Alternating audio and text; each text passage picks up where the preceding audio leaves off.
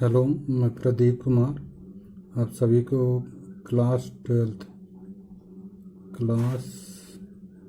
Twelfth की chemistry पढ़ाऊंगा, जिसमें कि आप सभी लोगों को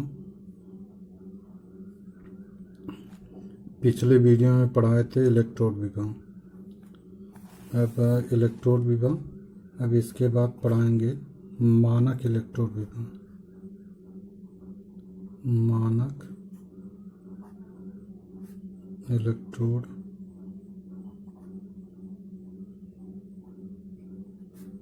विभव। मानक इलेक्ट्रोड विभव यह हो जाएगा स्टैंडर्ड इलेक्ट्रोड पोटेंशियल।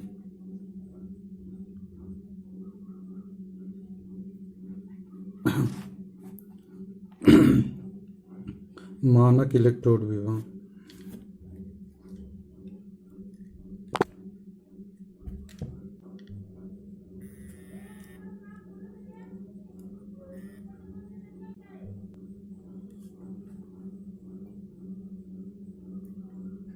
इसमें बताए थे आप सभी को कि यानी कि जो मानक इलेक्ट्रोड विभव बताए थे उसमें बताए थे कि जब किसी धातु की छड़ को उसी के लवड़ के विलयन में अगर डुबोई जाती है तो वह विलयन के सापेक्ष धनावेशित या ऋणावेशित हो जाती है। तो यानी कि जो इलेक्ट्रोड होगा वह धातु के विलयन के सापेक्ष, जो विलयन होगा उसके सापेक्ष धनावेशित या ऋणावेशित हो जाती है। यानी कि कह सकते हैं कि कोई भी धातु का जो विलयन होगा वह अगर धनावेशित होगा तो इलेक्ट्रोड ऋणावेशित होगा। अगर विलयन क्या होगा ऋणावेशित होगा तो धातु का जो इलेक्ट्रोड होगा वह धनावेशित होगा। तो जो विलयन होगा वह यानी कि उसकी सांद्रता फिक्स होगी। यहाँ पर जो मानक इलेक्ट्रोड विभव है तो एक मानक माना जाता है कि इतने पर, तो मानक वही होता है रूम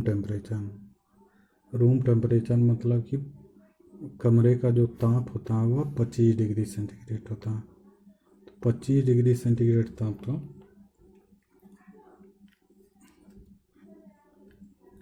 25 डिग्री सेंटीग्रेड ताप पर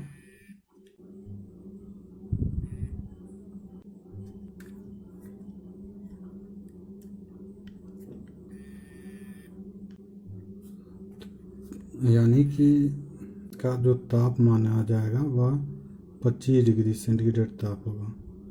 तो इस पर क्या होगा कि 25 डिग्री सेंटीग्रेड ताप पर और जो धातु का विलयन होगा वह 1 मोलर का होगा।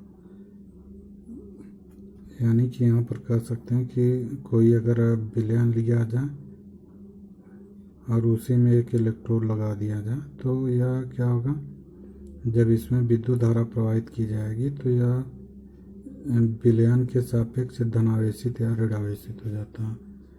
तो धातु और इलेक्ट्रोड के बीच, धातु के विलयन और इलेक्ट्रोड के बीच क्या होता है, एक विभवांतर स्थापित होता है। उस विभवांतर को क्या कहते हैं, धातु का इलेक्ट्रोड विभव कहते हैं। लेकिन यहाँ पर मानक इलेक्ट्रोड विभव जो होता है वह 25 डिग्री सेंटीग्रेड ताप पर माना जाता है। यह 25 डिग्री सेंटीग्रेड ताप पर, और इसकी मोलरता होगी 1 मोलर विलयन होगा।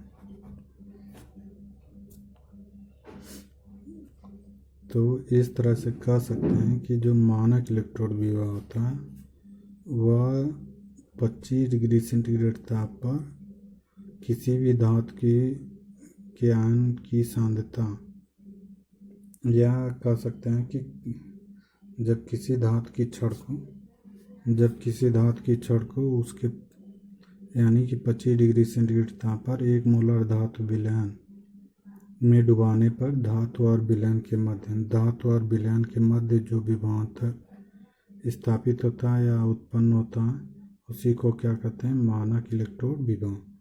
यानी कि जो यह मानक इलेक्ट्रोड विभव होगा वह 25 डिग्री सेंटीग्रेड ताप पर होगा।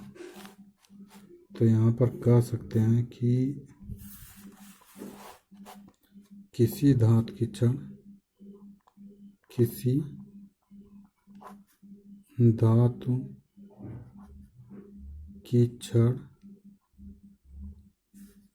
को 25 डिग्री सेंटीग्रेड ताप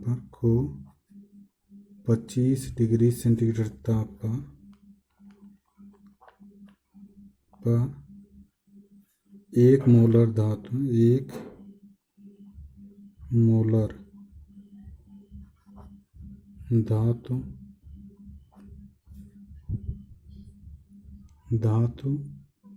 आयन सांद्रता के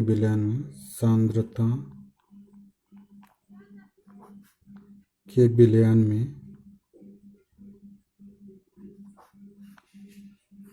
में डुबाने पर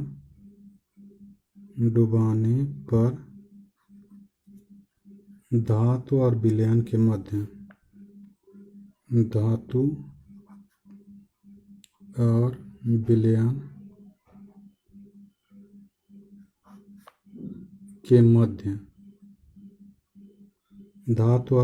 के मध्य जो विभवांतर उत्पन्न होता है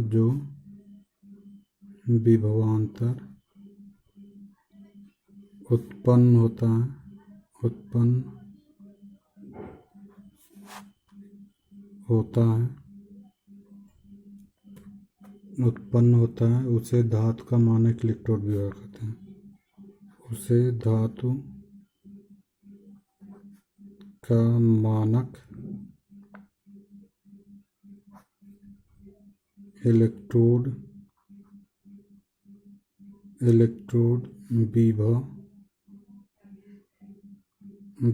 मानक इलेक्ट्रोड विभव कहते हैं।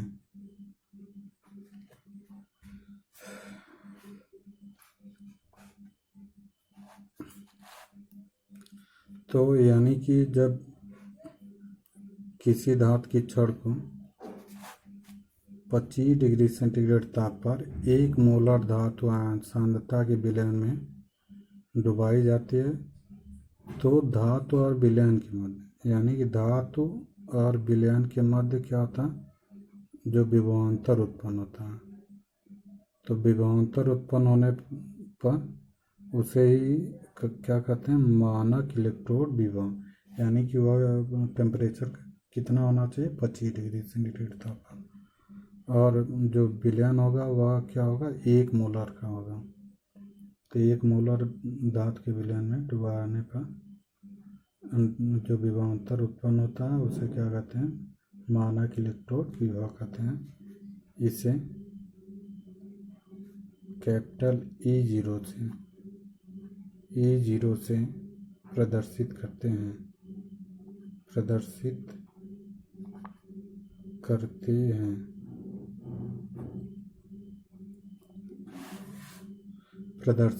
हैं। तो इलेक्ट्रोड पर होने वाली, यानी कि जो यह मानक इलेक्ट्रोड विभव है इसको E0 से प्रदर्शित किया जाता है। और जो इलेक्ट्रोड, यानी कि इस इलेक्ट्रोड पर जो अपक्रियाएं होती हैं वह 2 प्रकार की होती हैं। एक होता है ऑक्सीकरण हो सकता है और दूसरा क्या हो सकता है, अपचयन हो सकता है। तो ऑक्सीकरण जब होगा तो ऑक्सीकरण इलेक्ट्रोड विभव कहलाएगा, और जब अपचयन होगा तो अपचयन इलेक्ट्रोड विभव कहलाएगा। यानी कि जब इलेक्ट्रोड पर होने वाली अपक्रिया, या ऐसे कह सकते हैं जब इलेक्ट्रोड पर ऑक्सीकरण की क्रिया होती है तब ऑक्सीकरण इलेक्ट्रोड विभव कहलाता है। और जब इलेक्ट्रोड पर अपचयन की अभिक्रिया होती है तो इलेक्ट्रोड और विलयन के मध्य जो विभवांतर उत्पन्न होता है उसे क्या कहते हैं? अपचयन इलेक्ट्रोड विभव कहते हैं। तो इसे यानी कि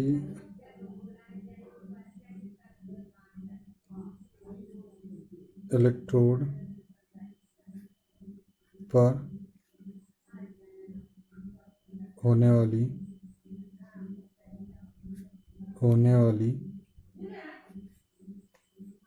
अभिक्रियाओं के आधार पर अभिक्रियाओं के आधार पर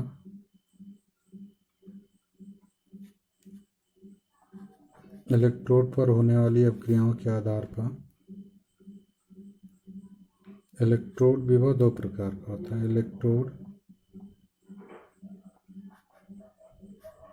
विभव दो प्रकार का होता है।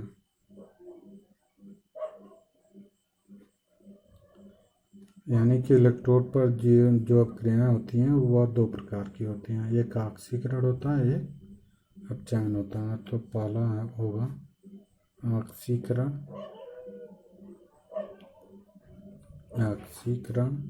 इलेक्ट्रोड विभव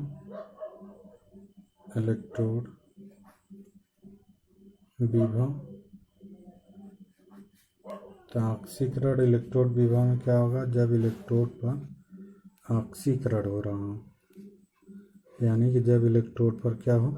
ऑक्सीकरण हो रहा हो, तब इलेक्ट्रोड व विलयन के मध्य उत्पन्न होने वाला जो विभवांतर होगा उसे क्या कहते हैं? ऑक्सीकरण इलेक्ट्रोड विभव कहते हैं। यानी कि जब इलेक्ट्रोड पर क्या होगा? ऑक्सीकरण की क्रिया हो रही होगी, यानी कि संयोजकता बढ़ रही होगी, तब वहाँ पर क्या होगा? ऑक्सीकरण इलेक्ट्रोड विभव कहलाएगा। तो यहाँ पर कह सकते हैं कि जब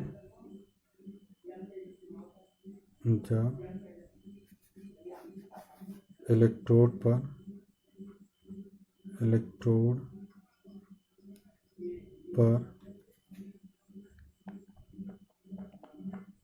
ऑक्सीकरण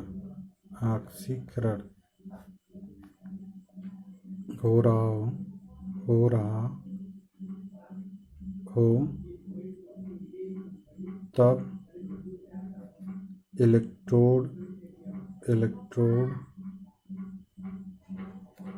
इलेक्ट्रोड व विलयन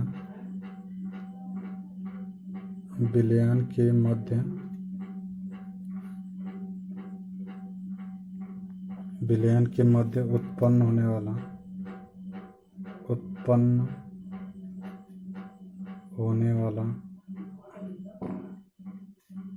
उत्पन्न होने वाला विभवांतर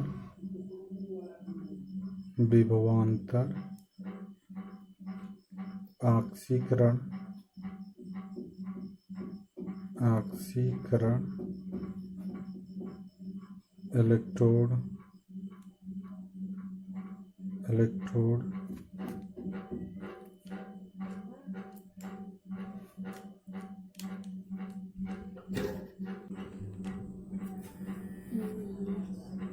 इलेक्ट्रोड विभव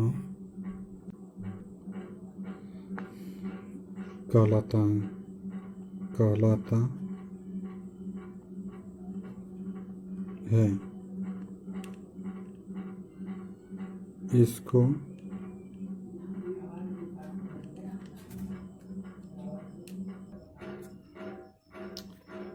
इसे EM/EN+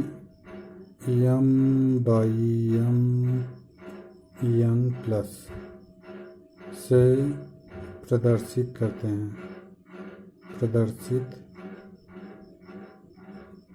करते हैं। यानी कि जब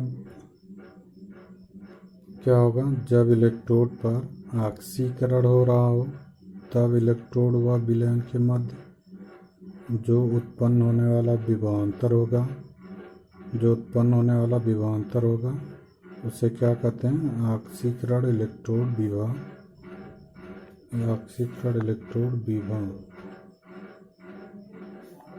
कहलाता है।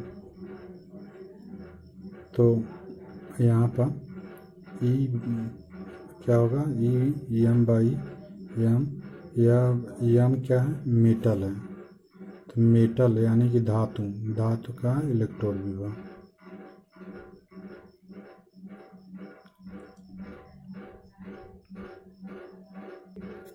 तो इसको रिएक्शन के अनुसार दिखाएंगे, तो यहाँ पर एम इक्वल टू हो जाएगा, यह सॉलिड स्टेट में होगा यानी कि ठोस अवस्था में, यह हो जाएगा एम एन प्लस, यह होगा धातु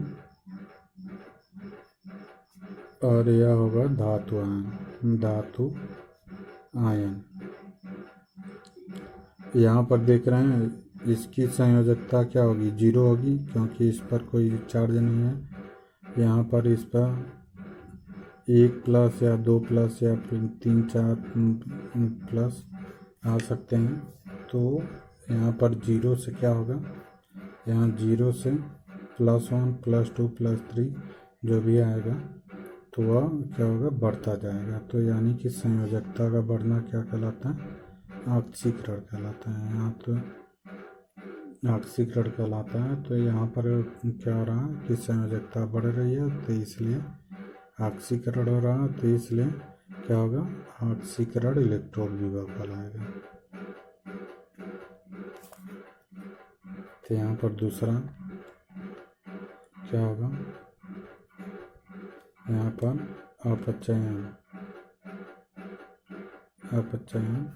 या ऑक्सीकरण अपचयन इलेक्ट्रोड विभव। अपचयन इलेक्ट्रोड विभव में क्या होता है कि जब इलेक्ट्रोड पर क्या होगा? ऑक्सीकरण के जगह पे अपचयन होगा, यानी कि जब इलेक्ट्रोड पर अपचयन हो रहा हो तब इलेक्ट्रोड व विलयन के मध्य जो विभवांतर स्थापित होगा उसे क्या कहते हैं? क्या कहेंगे? अपचयन इलेक्ट्रोड विभव कहेंगे। यानी कि यहाँ पर जो परिभाषा है बस ऑक्सीकरण की जगह क्या हो जाएगा? अपचयन हो जाएगा, और बाकी सब क्या होगा? सेम रहेगा। तो यहाँ पर क्या हो जाएगा कि जब इलेक्ट्रोड पर अपचयन हो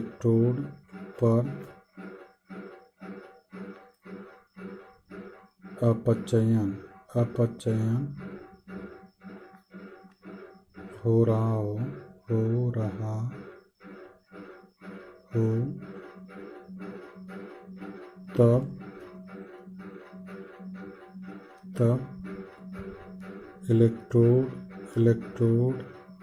तब इलेक्ट्रोड व विलयन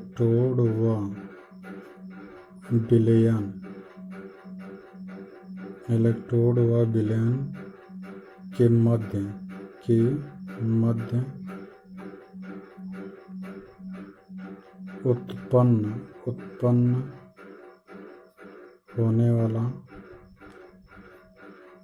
उत्पन्न होने वाला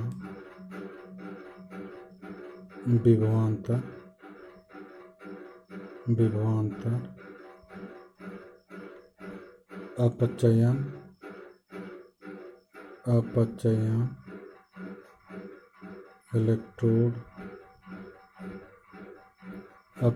इलेक्ट्रोड विभव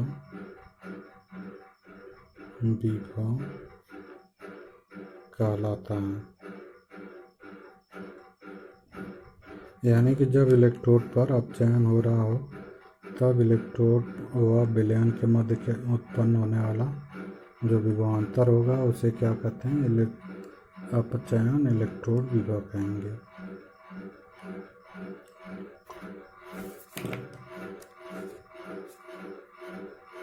तो इस तरह से आपको लोगों को दिखा दूँ तो यहाँ पर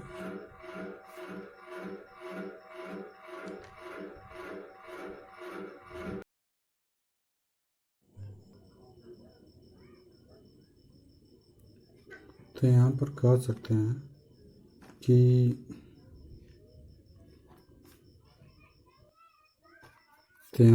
सकते हैं कि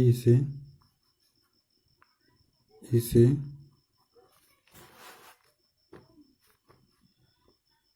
यम E M N plus by M से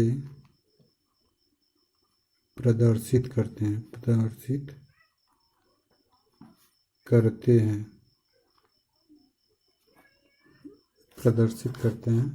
तो यहाँ पर हो जाएगा इस तरह से, यह हो जाएगा यम एन प्लस से यह हो जाएगा यम, तो यह हो जाएगा धातु और यह हो जाएगा धातु आयन।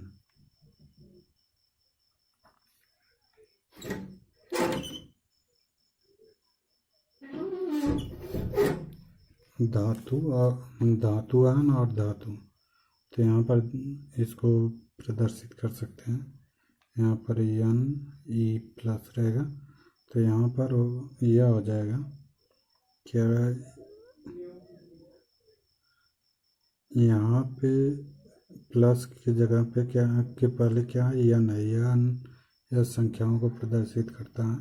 तो यहाँ पर +1 हो सकता है, +2 हो सकता है, +3 हो सकता है। तो यहाँ +2 से क्या हो रहा है, 0 हो रहा है। तो यानी कि संयोजकता क्या हो रही है, घट रही है। तो संयोजकता का घटना भी क्या कहलाता है, अपचयन कहलाता है। तो इस तरह से कह सकते हैं कि जो अपचयन होगा, ठीक है ना, तो वहाँ पर संयोजकता क्या होगी, घटेगी। तो इस कंडीशन में जो अपक्रिया होगी उसे क्या कहते हैं, अपचयन इलेक्ट्रोड विभव कहेंगे।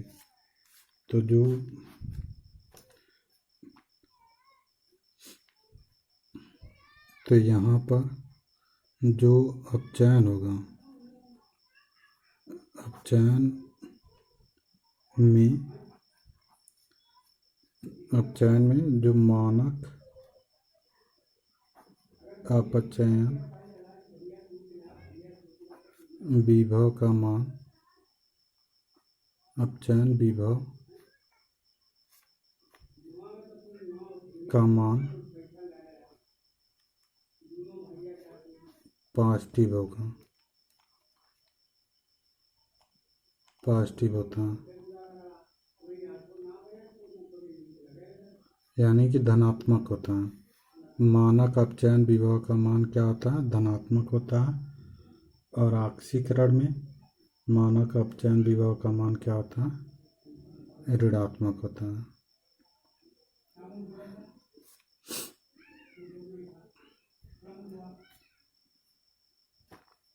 यानी कि ऑक्सीकरण में देखेंगे,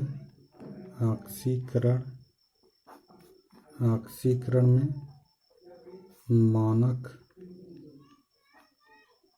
अपचयन मानक ऑक्सीकरण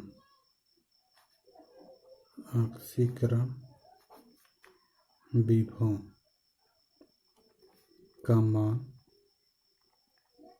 क्या होगा, ऋणात्मक होगा, निगेटिव होगा। तो यह मानक ऑक्सीकरण विभव का मान जो होगा वह क्या होगा, निगेटिव होगा।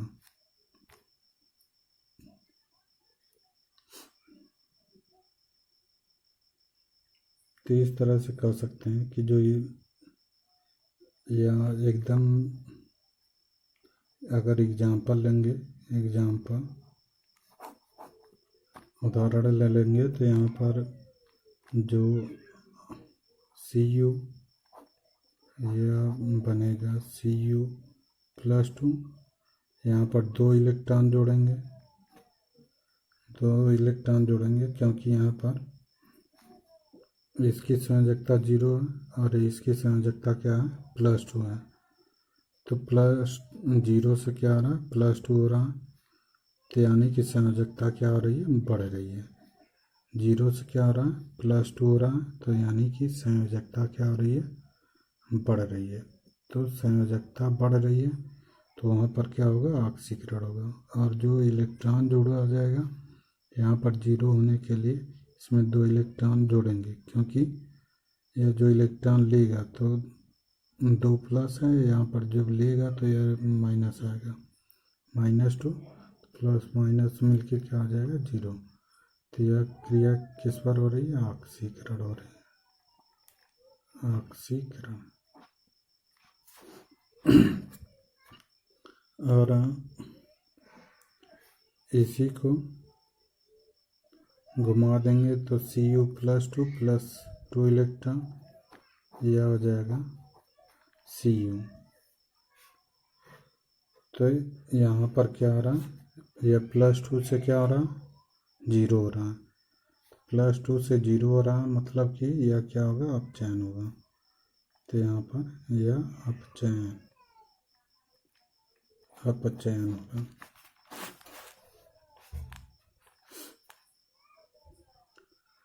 तो इसे क्या कहते हैं, मानक इलेक्ट्रोड विभव कहेंगे। तो इस प्रकार से मानक इलेक्ट्रोड विभव आप लोग समझ लिए। इसके बाद अगर वीडियो को सब्सक्राइब नहीं किए हैं तो सब्सक्राइब कर लीजिए, ताकि आप लोगों के पास जितना भी वीडियो बनता रहेगा आप लोगों के पास पहुंचता रहेगा। अगर आप लॉकडाउन का फ़ायदा उठाइए और पढ़ते रहिए, नहीं तो बहुत दिक्कत होगी बाद में, क्योंकि सिलेबस लंबा है। कोर्स पता नहीं पूरा होगा कि नहीं होगा, लेकिन आप लोगों अपना मेहनत जारी रखिए।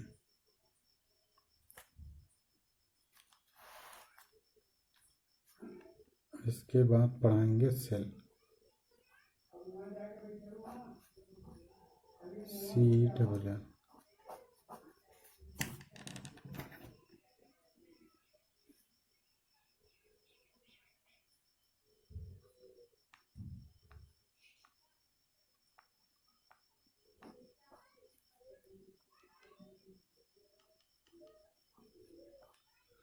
सेल पढ़ाएंगे।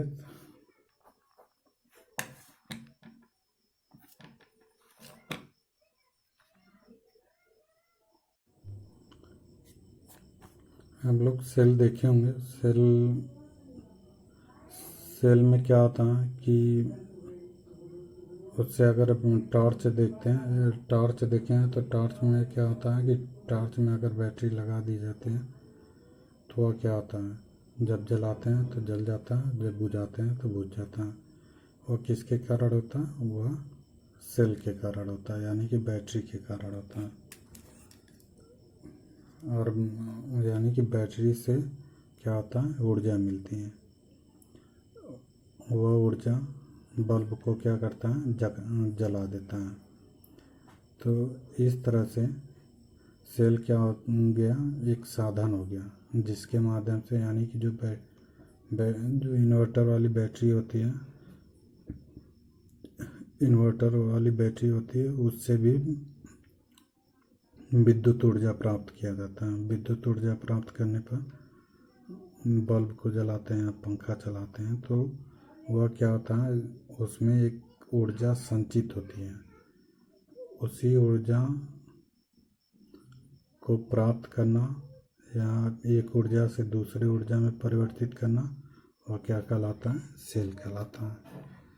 यानी कि जो सेल होता है, यानी कि बैटरी, वह एक ऐसी ऊर्जा होती है या एक ऐसा साधन होता है जिसके द्वारा विद्युत ऊर्जा को रासायनिक ऊर्जा में और रासायनिक ऊर्जा को विद्युत ऊर्जा को रासायनिक ऊर्जा में और रासायनिक ऊर्जा को विद्युत ऊर्जा में परिवर्तित किया जा सकता है।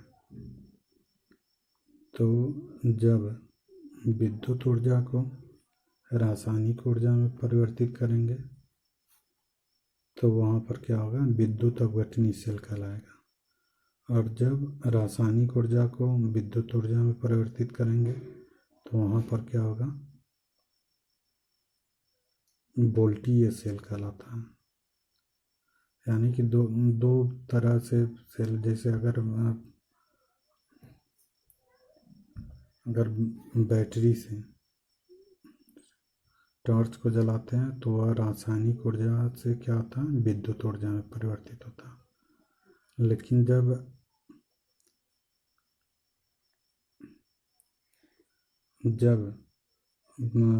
बैटरी को चार्ज करते हैं तो क्या होता है, विद्युत द्वारा जब चार्ज किया जाता है तो विद्युत ऊर्जा क्या करता है, रासायनिक ऊर्जा में परिवर्तित होता है। तो वहाँ पर क्या होगा, विद्युत अपघटनी सेल कहलाएगा। यानी कि ऐसा साधन जिसके माध्यम से, जिसके द्वारा हम रासायनिक ऊर्जा को विद्युत ऊर्जा में और विद्युत ऊर्जा को रासायनिक ऊर्जा में परिवर्तित करते हैं, तो उसे क्या कहते हैं, सेल कहते हैं। तो यानी कि वह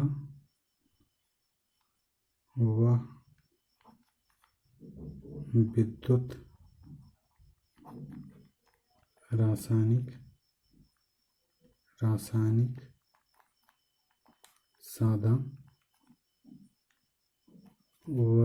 साधन जिसके द्वारा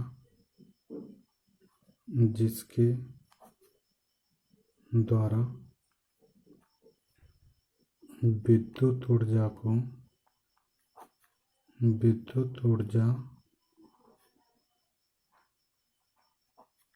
को रासायनिक ऊर्जा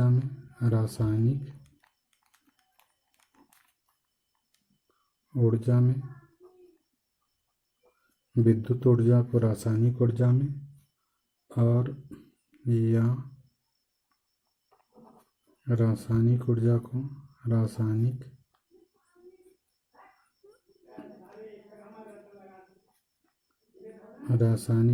को विद्युत ऊर्जा में, यानी कि रासायनिक ऊर्जा को विद्युत ऊर्जा में परिवर्तित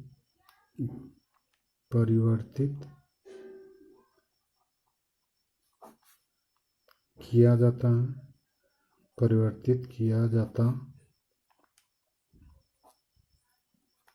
है, सेल कहलाता है।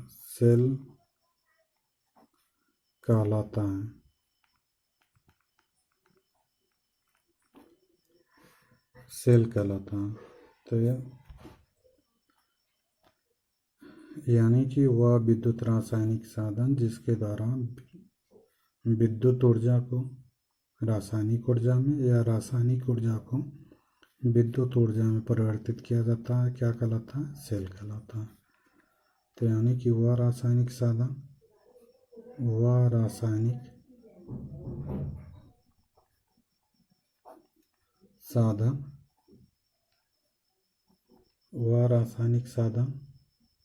जिसके द्वारा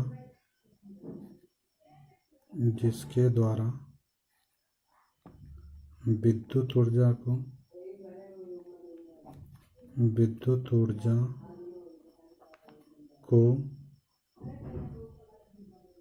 रासायनिक ऊर्जा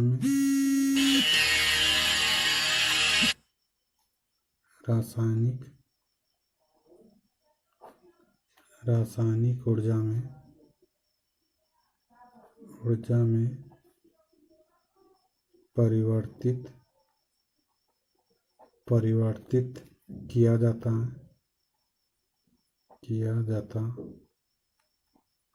है, विद्युत अपघटनी सेल कहलाता है। विद्युत अपघटनी सेल कहलाता है।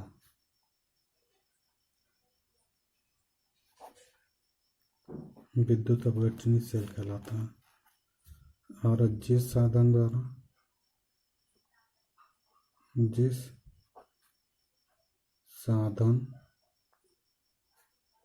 द्वारा रासायनिक ऊर्जा को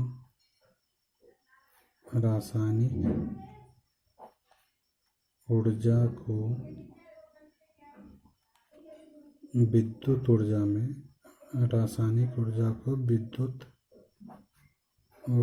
में परिवर्तित किया जाता है।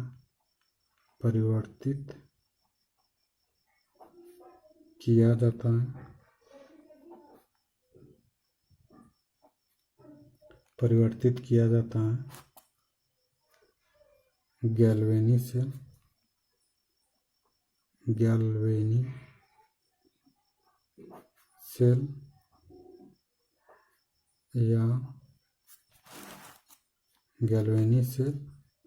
या वोल्टीय सेल कहलाता है।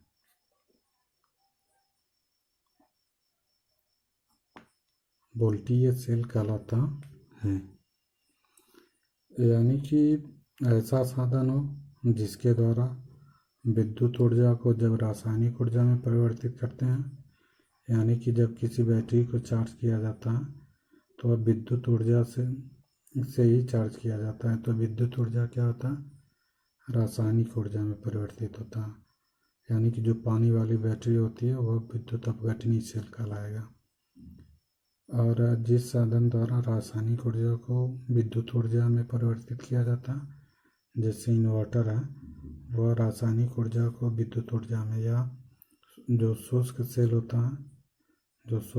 होता है वह क्या होता है, वह रासायनिक ऊर्जा को विद्युत ऊर्जा में परिवर्तित कर देता है। तो उसे क्या कहते हैं, गैल्वेनिक सेल या वोल्टीय सेल कहते हैं। इस प्रकार से हम लोग समझे कि सेल क्या होता है, सेल किसे कहते हैं।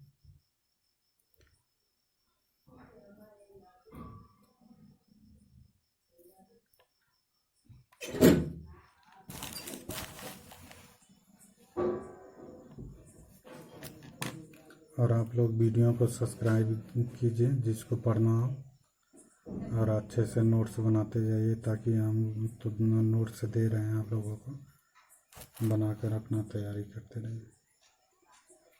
Thank you.